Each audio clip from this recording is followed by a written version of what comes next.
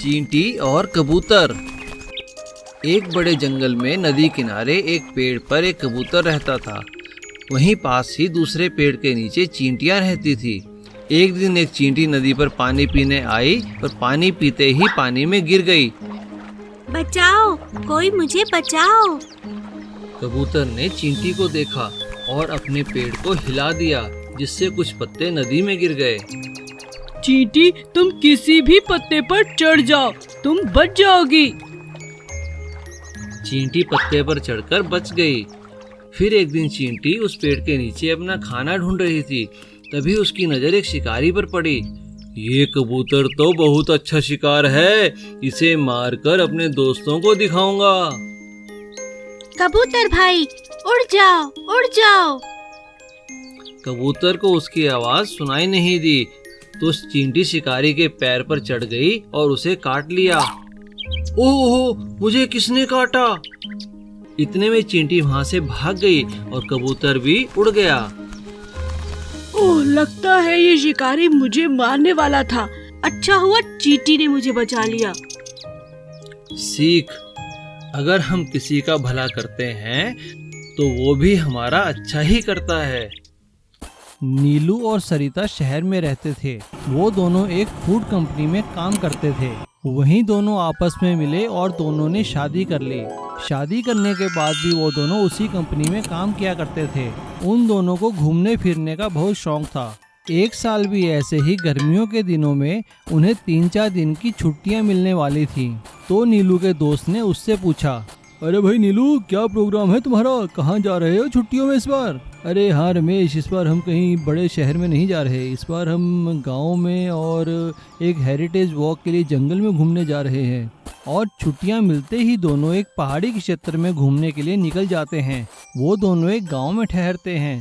अगले दिन वो लोग सुबह ही गांव की एक टैक्सी लेकर जंगल में घूमने के लिए निकल जाते हैं। टैक्सी वाला उन्हें पहाड़ के नीचे उतार देता है और कहता है, अरे साहब, आप यहाँ से पैदल जाइए और पहाड़ी के चोटी पर मंदिर है, वहाँ से घूम कर आइए। मैं शाम को आपको यहाँ लेने आ जाऊँगा। अगर कोई दिक्कत हो तो मुझे फोन कर देना। यहाँ पे नेटवर्क की कोई कमी नहीं है। टैक्सी के वहाँ से जाते ही दोनों जंगल में घूमने निकल जाते हैं।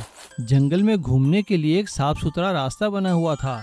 दोनों उस रास्ते पर चलते चलते जंगल के मनोहारी दृश्य देखने लगे और ना जाने कब जंगल के बीचों बीच खो गए, उन्हें समय का पता ही नहीं चला। शाम ढलने को थी, तभी हल्की हल्की बारिश होने लगी। वो दोनों एक पेड़ के नीचे बैठ गए। थोड़ी ही देर में बारिश रुक गई, लेकिन तब तक शाम होने लगी थी और वो जंगल के इतने अंदर आ चुके थे कि उन्हें रास्ता कहीं मिल नहीं रहा था। तभी अचानक नीलू की नज़र दूर से एक रोशनी पर पड़ती है। वो उस दिशा में चल पड़ते हैं। वो नजदीक जाकर देखते हैं कि वहाँ एक छोटी सी झोपड़ी बनी थी। दोनों उस झोपड़ी के अंदर जाते हैं तो वहाँ पे एक बूढ़ी औरत बैठी हुई थी। नीलू उस बूढ़ी औरत को नमस्कार करते हुए कहता है, अम्मा जी नमस्कार, हम यहाँ घूमने आए थे लेकिन जंगल में रास्ता खो गए हैं। क्या हमें यहाँ रात भर के लिए आश्रय मिल सकता है? हाँ हाँ बेटा, तुम दोनों बड़े आराम से मेरी झोपड़ी में रह सकते हो। वो बूढ़ी औरत उन लोगों के लिए झोपड़ी के कोने में बिस्तर लगा देती है। तभी सरिता उस बूढ़ी औरत से कहती है, अम्मा, बुरा न माने तो बहुत भूख लगी है, क्या कुछ खाने में है? अरे अरे बेटा, इसमें बुरा मानने की क्या बात है। अगर तुम मटन खाते हो तो आज पत्थर पर मैंने मटन पकाया है, आओ खा लो। बूढ़ी औरत की बात सुनकर दोनों खुश हो जाते हैं और मटन का नाम सुनकर तो दोनों की भूख और बढ़ जाती है। तभी बूढ़ी औरत ने चूल्हे के पास पड़ा एक बड़ा सा पत्थर उठाया। पत्थर के नीचे एक और पत्थर था और उसके अंदर मटन पक रहा था। बूढ़ी औरत ने उन्हें पत्थर पर पकाया हुआ मटन खिलाया। वो मटन दोनों को बहुत ही स्वाद लगा। अगली सुबह जब दोनों वहां से जाने लगे तो नीलू ने जाते जाते उस बूढ़ी औरत से पत्थर पर मटन पकाने की रेसिपी सीख ली। नीलू और सरिता ने पत्थर पर मटन पकाने की रेसिपी के बारे में अपनी फूड कंपनी को बताया और उनकी फूड कंपनी ने पत्थर पर मटन को अपनी रेसिपी में रखा, जिससे उनकी बिक्री और बढ़ गई और उस बिक्री में से कुछ हिस्सा नीलू और सरिता को भी मिलने लगा और पत्थर पर मटन पकाने की रेसिपी के कारण दोनों की अच्छी आमदनी होने लगी। और अब दोनों जब भी मौका मिलता उस जंगल में आकर उस बूढ़ी औरत को जरूर मिलते और उनसे पत्थर पर और स्वादिष्ट चीजें बनाने की रेसिपी सीखते। एक गांव में किशोर नाम का एक आदमी रहता था। उसका गांव के साथ हाईवे पर एक बहुत बड़ा ढाबा था। वो अपने ढाबे में बहुत ही स्वादिष्ट खाना बनाया करता था और लोगों को बड़े ही प्यार से खिलाया करता था। अरे टेबल नंबर 10 पर खाना लगा भाई, देख लो कितने भूखे हैं। और तुम भी जाकर टेबल नंबर 8 पर खाना लगा, देख वहाँ पे बाबूजी बैठे हैं। उसका प्रेम भाव और स्वादिष्ट खाना देखकर वहाँ से आने जाने वाले हमेशा उसी के ढाबे में आकर खाना खाया करते थे।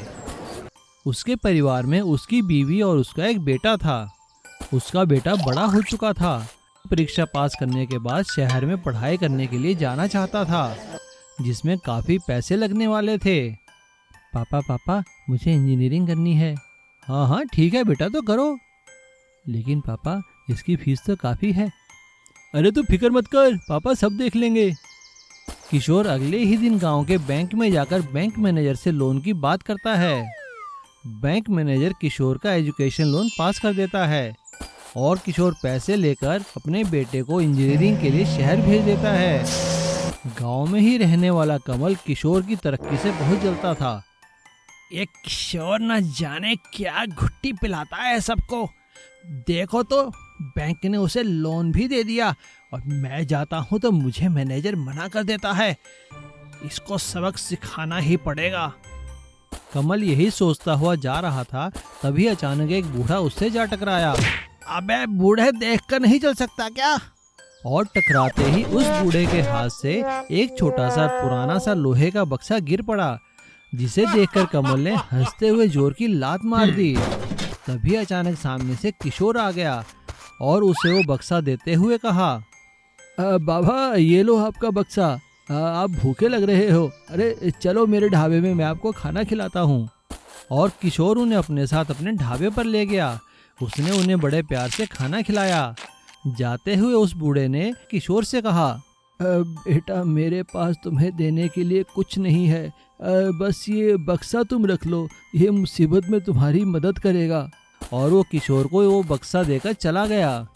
किशोर ने वो बक्सा संभालकर अपने ढाबे में रख दिया। और इधर कमल ने मौका पाकर एक दिन किशोर के ढाबे और घर पे चोरी की और सारा पैसा सोना चांदी लेकर रफू चक्कर हो गया। ये देखकर किशोर को बहुत ही दुख हुआ और उसे अब बैंक का लोन चुकाने की चिंता सताने लगी। तभी अचानक उसकी नज़र बूढ़े द्वारा दिए गए लोहे के बक्से पर पड़ी और वो बक्सा लेकर अपने घर आने लगा। लेकिन जैसे ही वो अपने घर के पास पहुंचा, वो बक्सा उसके हाथ से गिर गया और गिरते ही वो बक्सा एक बहुत बड़े रेस्टोरेंट में तब्दील हो गया। ये देखकर किशोर हैरान रह गया। उस रेस्टोरेंट के अंदर सारे रोबोट काम कर रहे थे और वहाँ के गल्ले में किशोर की चोरी का सामान था। और वहाँ पर उसने देखा कि कमल एक खंबे से बंधा हुआ है। किशोर को देखते ही कमल ने उससे माफ़ी मांगी और उसे बताया कि जैसे ही वो चोरी कर कर निकला था, एक जादुई बूढ़े ने उसे इस बक्से के अंदर बंद कर दिया। अब किशोर सारी बात समझ चुका था। उसने कमल को पुलिस के हवाले कर दिया। अब किशोर के एक नहीं दो ढाबे थे, एक इंसानों द्वारा काम करने वाला ढाबा और एक रोबोट द्वारा काम करने वाला ढाबा। उसके दोनों ढाबे बहुत चलने लगे और वो दिन दुगनी रात चौगनी उन्नति करने लगा। शहर के पागल खाने से एक दिन एक पागल को दूसरे पागल खाने बदली करने के लिए भेजा गया। पागल का नाम था गोपी। गोपी पागल होने से पहले एक ड्राइवर था। रास्ते में एम्बुलेंस रोककर एम्बुलेंस का ड्राइवर चाय पीने उतरा। देखो यहीं रहना, मैं अभी आया। जी साहब, पर हम मेला देखने जाएंगे ना, मुझे झूला झुलाओगे ना? हाँ, अभी मेले का टिकट लेकर आता हूँ। गोपी ने कुछ देर ड्राइवर का इंतजार किया और गाड़ी को लेकर वहां से चल पड़ा। अरे रोको कोई, रोको उसे पागल ड्राइवर है, रोको। गोपी को रास्ते में एक शादी होती नजर आई। अरे वाह, यहाँ तो मेला लगता है, मेला, चलो अंदर चल के देखता हूँ। गोपी अंदर चला गया। उसने जी भर कर खाना खाया और एक बस की ड्राइविंग सीट पर आकर बैठ गया। बाराती उसी बस में आकर बैठ गए। गोपी ने बस चला दी और सबको उतारकर बस को एक जगह लाकर खड़ा कर दिया। अब वो जहाँ जी चाहे वहाँ चला जाता, कभी भी किसी भी गाड़ी को चुरा लेता और अपनी मर्जी से कहीं भी लाकर खड़ा कर देता। ऐसा कई दिन चलता रहा। अब पुलिस को एक पागल और एक गाड़ी चोर की तलाश थी, लेकिन पुलिस को यह नहीं पता था कि दोनों काम एक ही व्यक्ति के हैं। एक दिन रात में गोपी एक गाड़ी के पीछे डिक्की में जाकर सो गया। वो गाड़ी एक बहुत बड़े डॉन की थी, जिसे पकड़ने के लिए 2 लाख का इनाम था। रात में डॉन एक सोने की डील करने दूसरे डॉन को मिलने पहुंचा। डील होते ही सारा सोना गाड़ी में रख दिया गया और वह उस डॉन के पास अगली डील की बात करने चला गया। तभी उसे वहां अपना ड्राइवर दिखा। अरे तुम यहाँ क्या कर रहे हो? मेले की टिकट मिल गई, चलो चलो मेला देखने चलते हैं। एम्बुलेंस ड्राइवर के इशारे पर इंस्पेक्टर समझ गया कि यही गोपी है। अरे यह तो डॉन की कार है, इसका मतलब चोर कोई और नहीं गोपी ही है। यही है जो गाड़ियां कहीं भी चलाकर खड़ी कर देता है। अरे गोपी, तुम्हें ये गाड़ी कहाँ से मिली? जहाँ से तुम लाए हो मेला वहीं लगा है, क्या तुम हमें वहाँ ले चलोगे? हाँ हाँ चलो चलो, हम मेला देखने चलेंगे, पर गाड़ी मैं ही चलाऊंगा। हाँ हाँ तुम ही चला लेना। गोपी कार चलाता है और ड्राइवर और इंस्पेक्टर को अपने साथ उसी जगह ले जाता है जहाँ पर दोनों डॉन थे। पुलिस उन्हें गिरफ्तार कर लेती है। गोपी को 2 लाख रुपए का इनाम मिल जाता है, जिससे उसका इलाज एक अच्छे हॉस्पिटल में किया जाता है।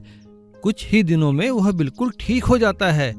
फिर उसे एक ऑटो इनाम के रूप में दिया जाता है और उसकी जिंदगी बेहतर हो जाती है। एक समय की बात है, भावनगर नामक गांव में समक नाम का एक आदमी रहता था। वो रेलवे में नौकरी किया करता था। वो टिकट चेकर का काम करता था। वो सुबह तैयार होकर ट्रेन में निकल जाता और हर ट्रेन में जा जाकर लोगों के टिकट चेक किया करता था। कई सालों से वो ये काम बड़ी ही ईमानदारी से किया करता था। जिस भी ट्रेन में वो टिकट चेक करने जाता, उस ट्रेन में उसके नाम का खौफ था, क्योंकि वो बिना टिकट यात्रियों को कैसे भी करके ढूंढ निकाला करता था और उन पर रेलवे के कानूनों के हिसाब से फाइन लगाया करता था। लेकिन समक दिल का बहुत ही अच्छा इंसान था। वो गरीब और मजबूरों के लिए अपने पैसों से टिकट खरीद कर दिया करता था।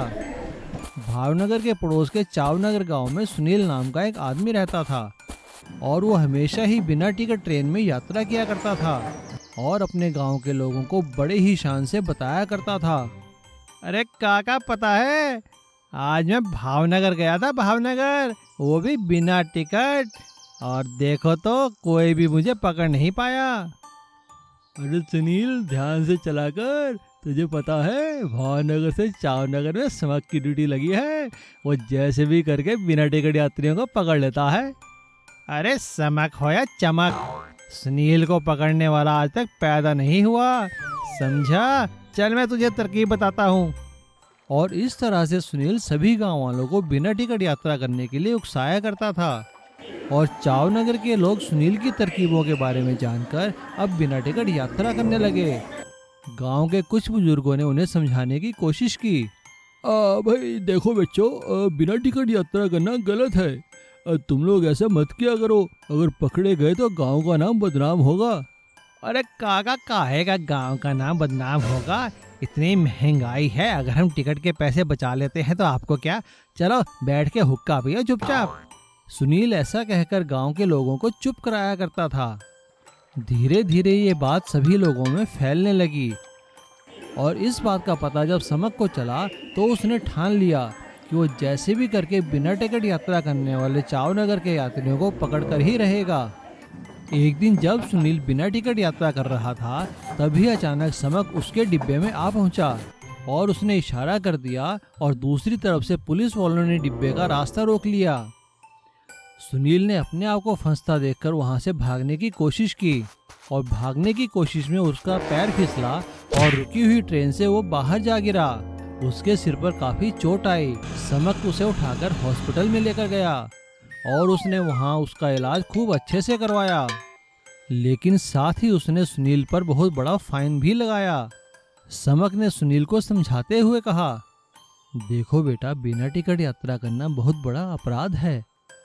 आज भागने की कोशिश में तुम्हारी जान भी जा सकती थी, सुनील को सबक मिल चुका था और उसने अपनी जान बचाने के लिए भगवान का धन्यवाद किया और समक का भी, और फिर कभी बिना टिकट यात्रा ना करने की कसम खा ली।